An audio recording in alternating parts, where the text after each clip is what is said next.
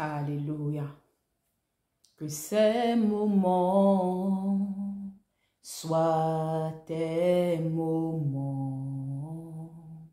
Que ces moments soient tes moments.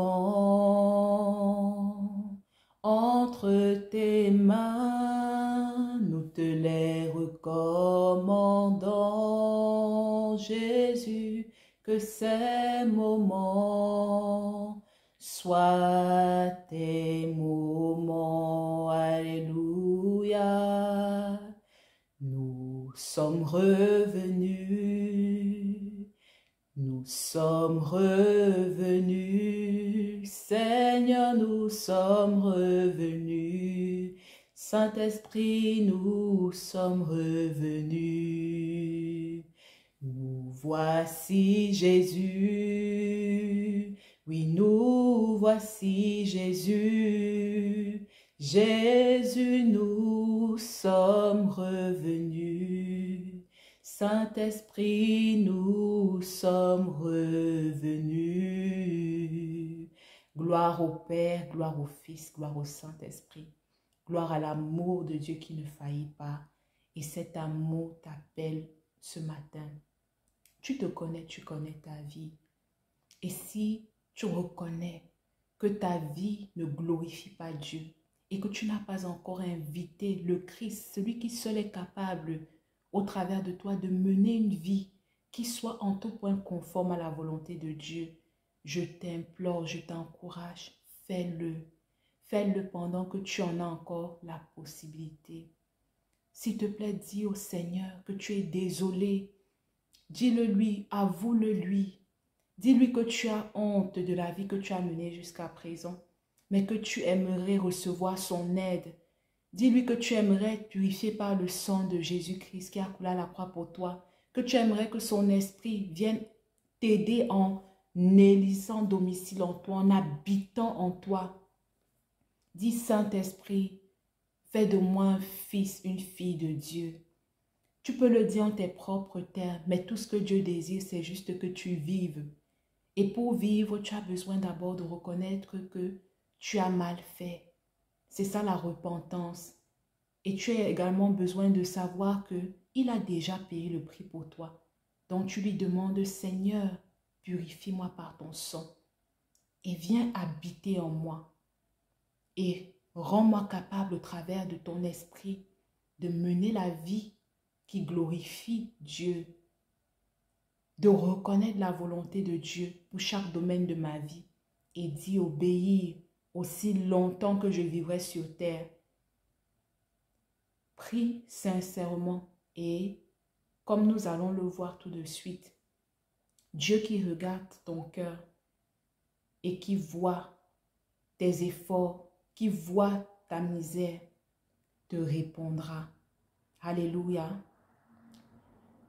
Aujourd'hui, le Seigneur va nous parler au travers du psaume 94.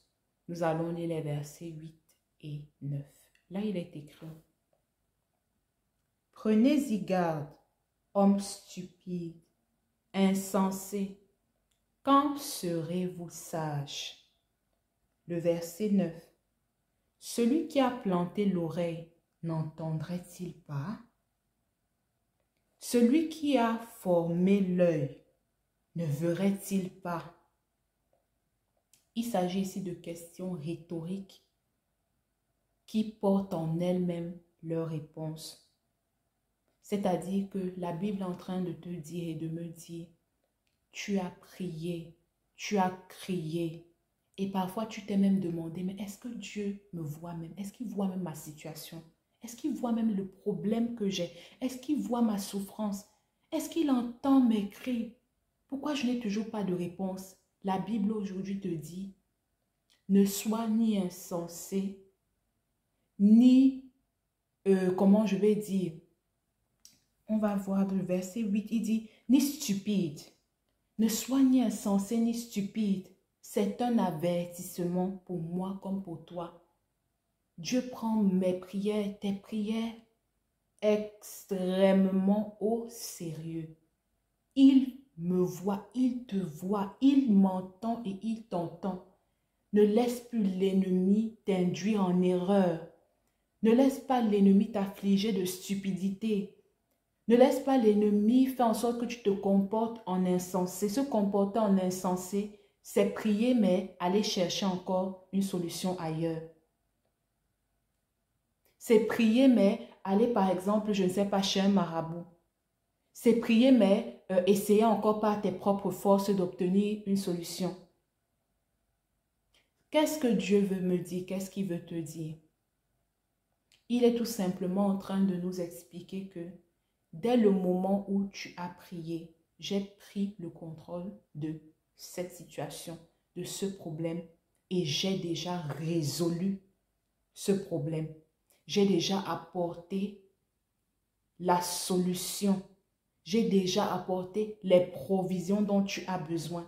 Tu n'as plus besoin de t'inquiéter. Tu n'as plus besoin d'aller chercher une solution ailleurs. Dieu est la solution. La prière est la solution. Ce n'est pas au moment où tu reçois les réponses physiques, où cela se manifeste dans ta vie, que tu reçois la solution, non. C'est au moment où tu passes le flambeau à Dieu. C'est au moment où tu confies cela à Dieu que le problème est résolu. Et la dernière chose que j'aimerais dire pour clore, c'est quand nous prions, ne considérons pas notre nature pécheresse, non. Il ne s'agit pas de nous.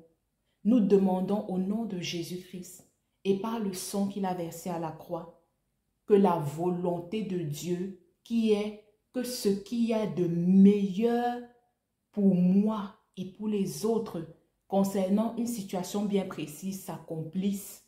Que cette volonté-là, donc, que la gloire de Dieu, parce que c'est ça la gloire de Dieu. La gloire de Dieu, c'est de nous donner le meilleur en toute situation. C'est ça, en fait, la volonté de Dieu, la gloire de Dieu. Que quand tu as un problème, que tu obtiennes la meilleure des solutions. Soyons-en conscients. Et cette solution-là, cette gloire de Dieu, cette volonté de Dieu, je l'obtiens pas parce que je le mérite, pas en regardant à mes faiblesses, à mes péchés, pas parce que je suis, la fille d'un tel ou d'une telle, pas parce que, je ne sais pas, j'ai un passeport diplomatique, non. Je l'obtiens au nom de Jésus, par le sang de Jésus-Christ et en priant pour que la volonté de Dieu soit faite. Je prie que le Seigneur nous bénisse au travers de ce message. Et encore une fois, Dieu t'entend. Dieu te voit. Et les situations que tu lui as déjà confiées, bonne nouvelle, elles sont déjà sous son contrôle. Il a déjà résolu ces situations. Il a déjà la provision. Il a déjà tout planifié. Il a déjà apporté la solution, la provision. Je ne sais même pas quel mot utiliser pour transmettre ce message. Mais je prie que le Seigneur lui-même te parle, qui t'aide à comprendre que dès que tu as prié pour une situation, c'est déjà réglé. C'est tout simplement ce que j'essaie de dire. Lorsque j'ai prié pour une situation, cette situation est déjà réglée. Parce que tu as prié dans le nom de Jésus-Christ, par le sang de Jésus-Christ, pour que quoi? Le meilleur possible pour cette situation, pour ce problème puisse s'accomplir. C'est-à-dire pour que la volonté de Dieu, pour que la gloire de Dieu soit manifestée.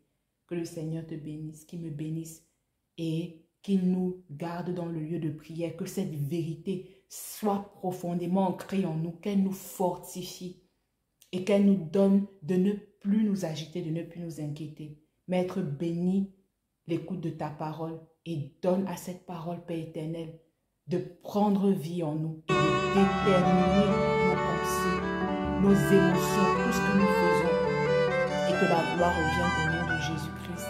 Amen, amen et amen. Merci Saint-Esprit.